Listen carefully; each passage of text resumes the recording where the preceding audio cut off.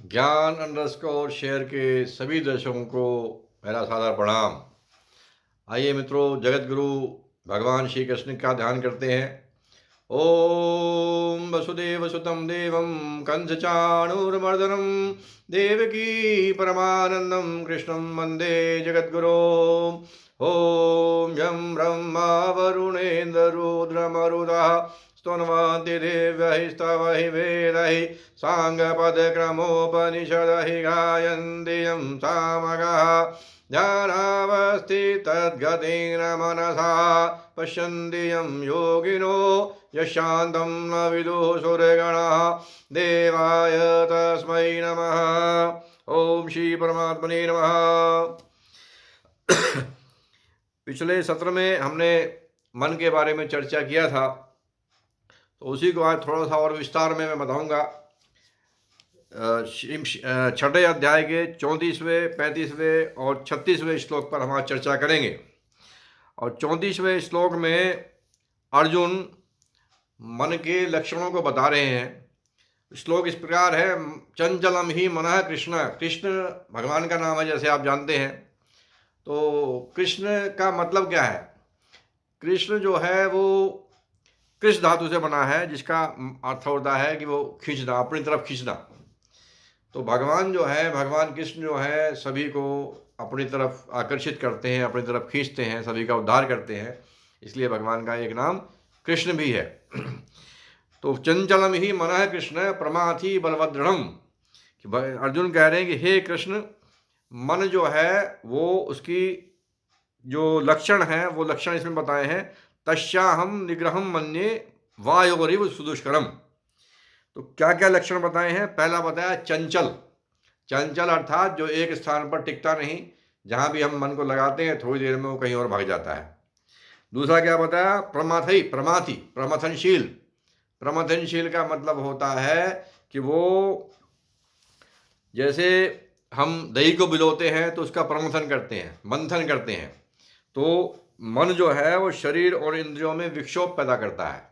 मन जो है राग के वशीभूत होकर या द्वेष के वशीभूत होकर, कामनाओं के वशीभूत होकर इंद्रियों में और शरीर में क्षोभ पैदा करता है, अशांति पैदा करता है। उसको खींच खींच कर बार बार जिधर भी लगाना चाहे उधर लगाने का प्रयास करता है। तो एक ही बार में, जैसे जैसे दही भिगोते हैं तो बार बार मंथन करते रहते हैं, इसी प्रकार मन जो है केवल एक ही बार प्रयास नहीं करता, वो बार बार लगातार प्रयास करता रहता है। तो मन जो है प्रमथनशील है, टर्बुलेंट।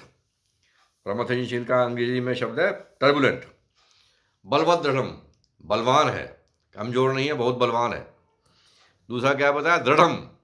दृढ़ का अर्थ ये होता है कि जहाँ भी मन रम गया वहाँ पर वो एकदम से उससे तादाद में तल्लीन उसमें हो जाता है, तन्मय हो जाता है और वहाँ एकदम चिपक जाता है और वहाँ से उसको हटाना बड़ा मुश्किल काम है। बहुत वो दृढ़ता से उसको, उस विषय को पकड़ लेता है। दुर्निग्रह। दूसरा क्या है? दुर्निग्रह। दुर्निग्रह का मतलब होता है डिफिकल्ट टू कंट्रोल। बहुत मुश्किल से ये कंट्रोल में आता है। तो अर्जुन ने ये बताया कि मन के साथ में ये प्रॉब्लम है कि आपने बता तो दिया कि समत्व योग करना चाहिए, लेकिन इस योग को करना तो मन में समत्व पैदा करना, मन को एक निश्चित लक्ष्य पर, परमात्मा पर कंसंट्रेट कर देना, मेडिटेट करना परमात्मा पर, एक ही स्थान पर उसको फिक्स कर देना, ये बहुत मुश्किल काम है। क्योंकि मन के ये लक्षण है, चंचल है, प्रमथनशील है और बहुत बलवान है, बड़ा दृढ़ है और डिफ़िकल्ट टू कंट्रोल है। और कितना डिफ़िकल्ट टू कंट्रोल है उसके लिए उन्होंने जो एग्जाम्पल दी वायु की, कि जैसे जिस प्रकार से वायु को कंट्रोल करना जितना मुश्किल है, इसी प्रकार से मन को कंट्रोल करना भी मुश्किल है। तो अर्जुन ने ये बताया। अब इसके जवाब भगवान दे रहे हैं। असंशयम महाबाहो मनो दुर्निग्रहम चलम। असंशयम, अनडाउटेडली, निस्संदेह। महाबाहो, महाबाहो जो है अर्जुन का नाम है, क्योंकि अर्जुन जो है बहुत बलवान था, लंबी भुजाएं थी उसकी, तो वो एक बहुत ही वीर योद्धा था। तो इसलिए उसको याद दिला रहे हैं कि मन जो है, असंशयम महाबाहो मनो दुर्निग्रहम चलम, कि ये बहुत दुर्निग्रह है, डिफिकल्ट टू कंट्रोल है, इसको कंट्रोल में करना, वश में करना बहुत मुश्किल है। चलम, ये चंचल है, लेकिन तुम भी तो महाबाहो हो, तुम कोई एक साधारण इंसान नहीं हो, तुम्हारे अंदर भी बहुत शक्ति है, तुम बहुत सामर्थ्यवान हो, तुम्हारे लिए असंभव ये नहीं है। मुश्किल है पर असंभव नहीं है। तो इसलिए उन्होंने महाबाहो शब्द का इस्तेमाल किया है। असंजयम महाबाहो मनोदुर्निग्रहम चलम अभ्यासेन तु कौन्तेय वैराग्येण च गृह्यते। लेकिन उसको मन को कैसे कंट्रोल किया जाता है, तो ये उन्होंने साधन बताए दो। कौन कौन से साधन बताए? अभ्यास, प्रैक्टिस। अभ्यासेन तु कौन्तेय, हे कौन्तेय, हे कुंती पुत्र। तो कुंती पुत्र का भी इसलिए उन्होंने इस्तेमाल किया क्योंकि कुंती बहुत एक वीर क्षत्राणी है और वो बहुत ही धैर्यवान है। तो इसलिए उन्होंने बताया कि तुम कुंती पुत्र हो, तुम महाबाहो हो, तुम्हारे लिए ये असंभव नहीं है, तुम इसको निश्चित रूप से कंट्रोल कर सकते हो। अभ्यासेन तु कौन्तेय, और किस साधन से कंट्रोल कर सकते हो? अभ्यास से और वैराग्य से। अब ये दो, अभ्यास और वैराग्य जो है, ये की है किसी भी साधन की, या किसी भी, अगर हम कोई सांसारिक विषय की भी, सांसारिक हम कोई हमारा लक्ष्य है, यदि हम उसको भी प्राप्त करना चाहते हैं, तो यही दो, उसको प्राप्त करने के भी यही दो साधन है, अभ्यास और वैराग्य। जैसे पारमार्थिक भगवत प्राप्ति के दो साधन बताए कि भगवत प्राप्ति के लिए मन को भगवान में लगाना पड़ेगा, बार बार लगाना पड़ेगा, बार बार मन इधर उधर भागेगा, विषयों में भागेगा, लेकिन हमें इसको खींच खींच कर वापस लाना है, खींच खींच कर भगवान में वापस लाना है। और जो सांसारिक विषयों की तरफ जो उसकी आसक्ति है, उस आसक्ति को हमें खत्म करना है। कैसे?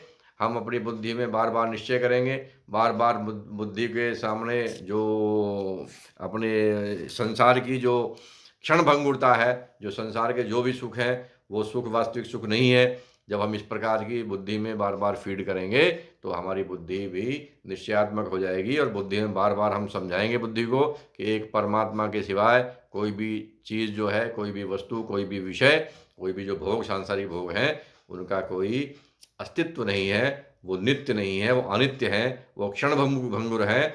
तो इसलिए जब हम जितनी भी कामनाएं हैं, उन कामनाओं के पीछे जब हम भागते हैं, तो उन कामनाओं के पीछे नहीं भागना है। क्यों? क्योंकि कामनाओं के पीछे भागने से दो काम होते हैं।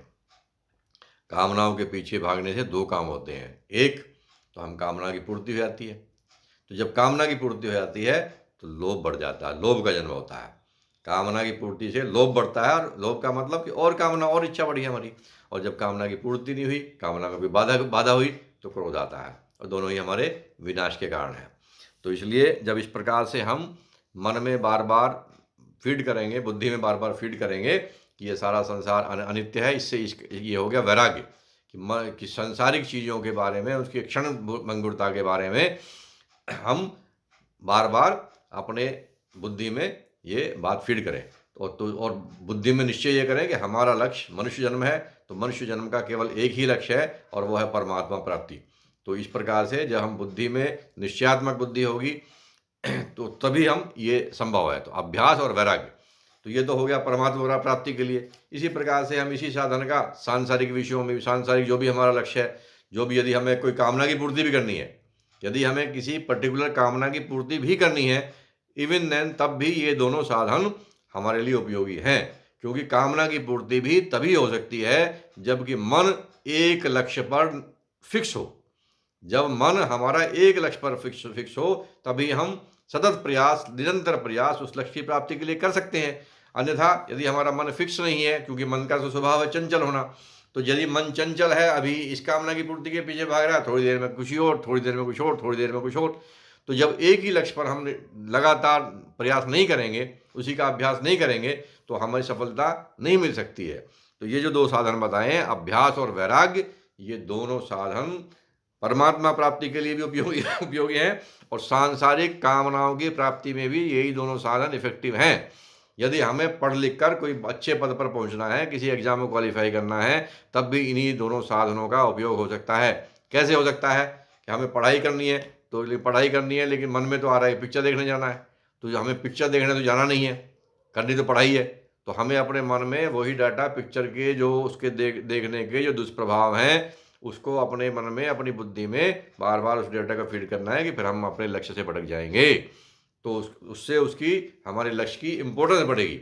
हमारे लक्ष्य की जैसे जैसे इम्पोर्टेंस बढ़ेगी, बुद्धि में इम्पोर्टेंस बढ़ेगी, और बुद्धि हमारी शुद्ध होगी, तो फिर हम अपनी उस लक्ष्य की प्राप्ति पर हम ज़्यादा ध्यान दे पाएंगे, अपने माइंड को फिक्स कर पाएंगे।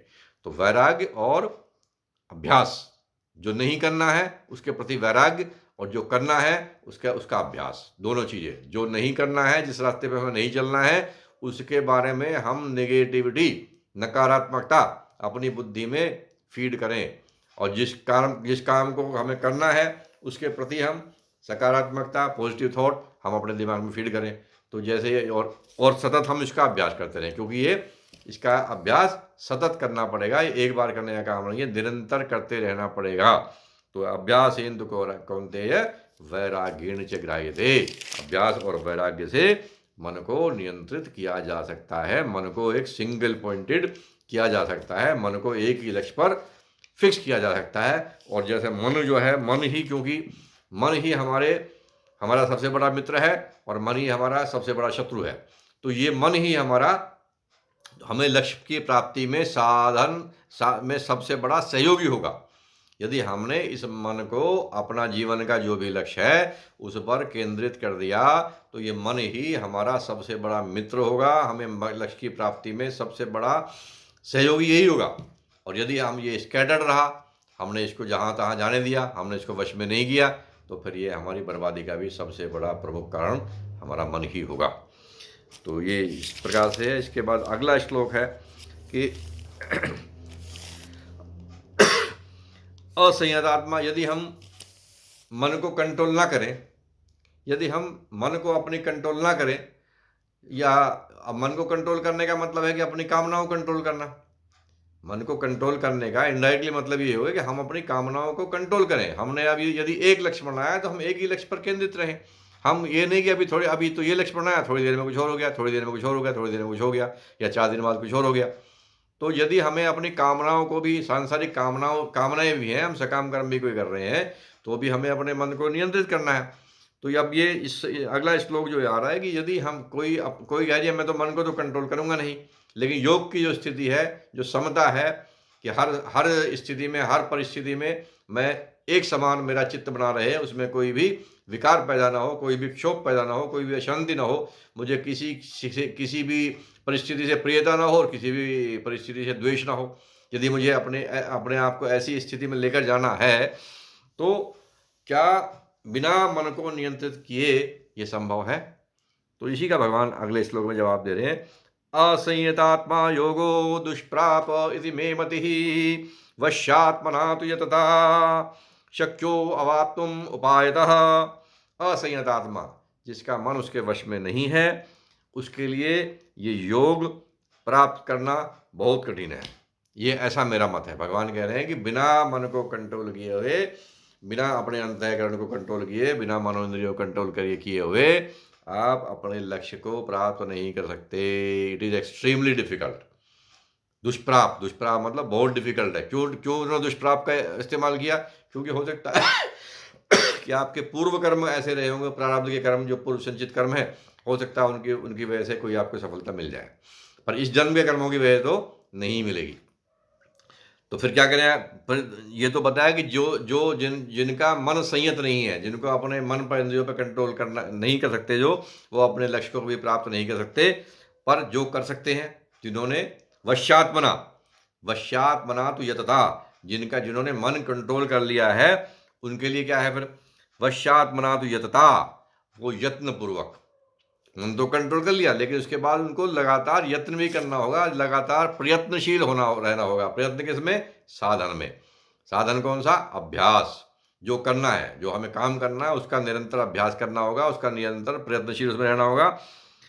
वश्यात्मना तु यतता शक्यो अवाप्तुम उपायतः, और साधन का प्रयोग करना पड़ेगा। उपाय का अर्थ साधन।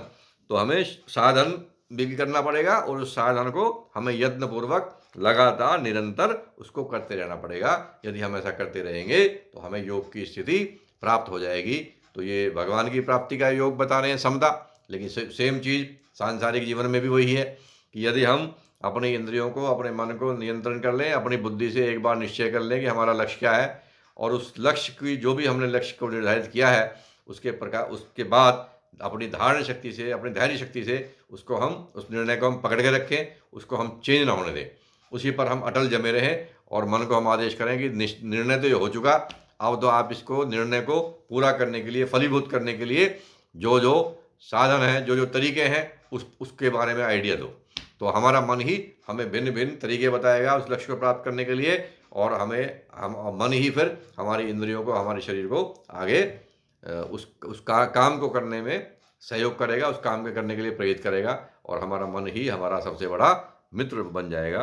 तो ये आज का ये समाप्त हुआ। अब इसमें एक थोड़ा सा मैं और ऐड करना चाहूँगा कि इसमें यदि किसी इंसान की बुद्धि निश्चित नहीं है, परमात्म बुद्धि नहीं है, कामनाओं की तृप्ति में लगा हुआ है, तो कामनाओं की थोड़ी बहुत कामना रखने से भी क्या परमात्मा की प्राप्ति संभव है? तो उसका कैटेगरिकल आंसर है नो।